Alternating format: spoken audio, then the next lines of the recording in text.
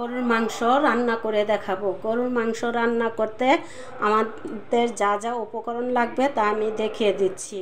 গরুর মাংস টুকরো করা, আলু, পেঁয়াজ কুচি, আদা বাটা, রসুন বাটা, সয়া সস, লবণ, গরম মশলার গুঁড়ো, মাংসের মশলা, যে কোনো প্যাকেটের মাংসের মশলা অথবা হাতে তৈরি মাংসের মশলা, জিরের গুঁড়ো, হলুদ, মরিচের গুঁড়া, ধনে গুঁড়া, টেস্টিং সল্ট, তেজপাতা, রান্নার জন্য পর্যাপ্ত পরিমাণের তেল।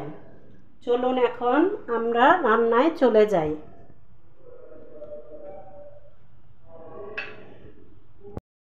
প্রথমে পাতিলাতে তেল দিয়ে দিলাম,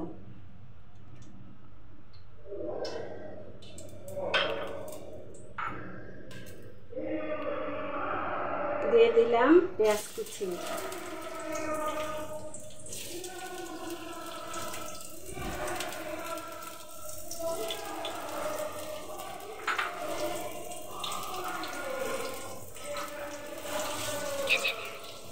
এই পেঁয়াজ কুচিগুলোকে একটু ভেজে নেব। যখন পেঁয়াজটা এরকম একটু লাল লাল হয়ে আসবে তখন আমি দিয়ে দেব তেজপাতা। তেজপাতাগুলোকে আমি একটু মাঝখান দিয়ে কেটে দেব।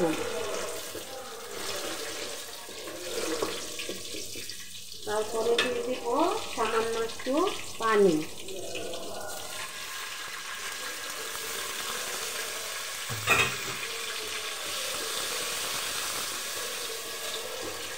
তারপরে আমি এটার মধ্যে একে একে সব মশলা দিয়ে দেব। আমি মাংস 1.5 কেজির মতো নিয়েছি, সেই জন্য আমি 2 টেবিল চামচ হলুদ গুঁড়া দিচ্ছি।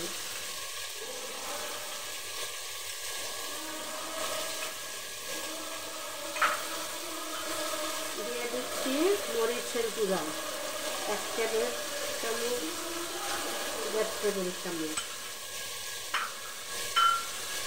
দিচ্ছি ধনে গুঁড়া 1 টেবিল চামচ। দিয়ে দিচ্ছি জিরের গুঁড়ো 1.5 টেবিল চামচ।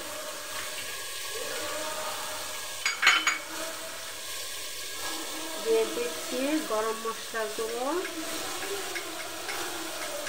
1/2 চামচ।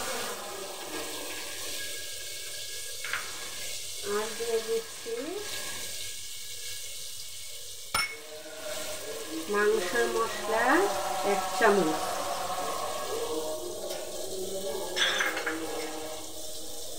দিয়ে আমি সবগুলো একসাথে নেড়ে ছেড়ে কষিয়ে নেব। দিয়ে দিচ্ছি এর মধ্যে লবণ পরিমাণ মতো।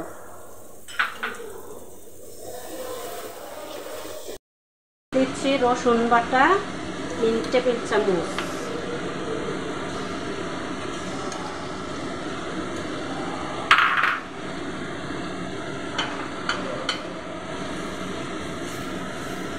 দিয়ে দিচ্ছি আদা বাটা 2 টেবিল চামচ।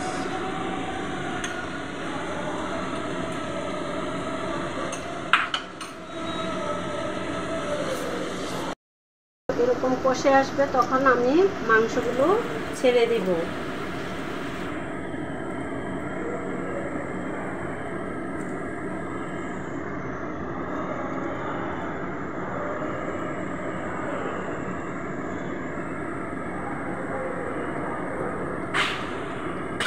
দিয়ে দিব আমি এটার মধ্যে সয়া সস 2 চা চামচের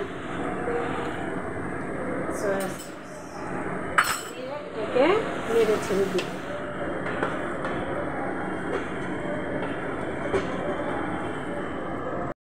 আর একটু পেঁয়াজ কুচি দিয়ে দিব মাংসটার মধ্যে, তাহলে মাংসের ঝোলটা একটু গাঢ় হয়ে আসবে।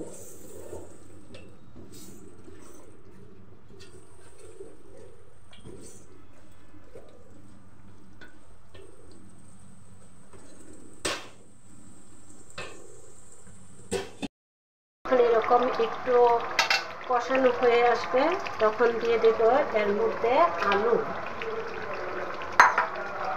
দিয়ে দিচ্ছি 1 চা চামচ টেস্টিং সল্ট।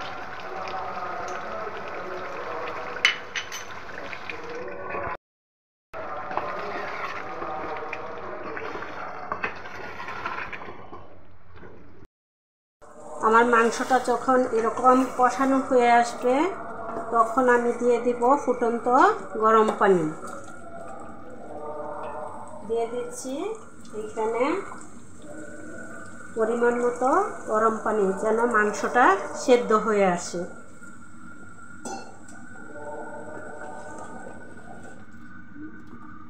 এখন আমি মাংসটা সেদ্ধ হওয়া পর্যন্ত অপেক্ষা করব। হয়ে আসছে আমার গরুর মাংস। এখন আমি চুলা অফ করে বন্ধ করে দিব। তারপরে আমি এটা পরিবেশন করে দেখিয়ে দিব।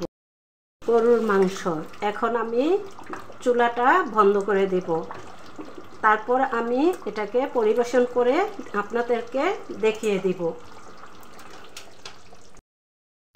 হয়ে গেল আমার গরুর মাংসের তরকারি।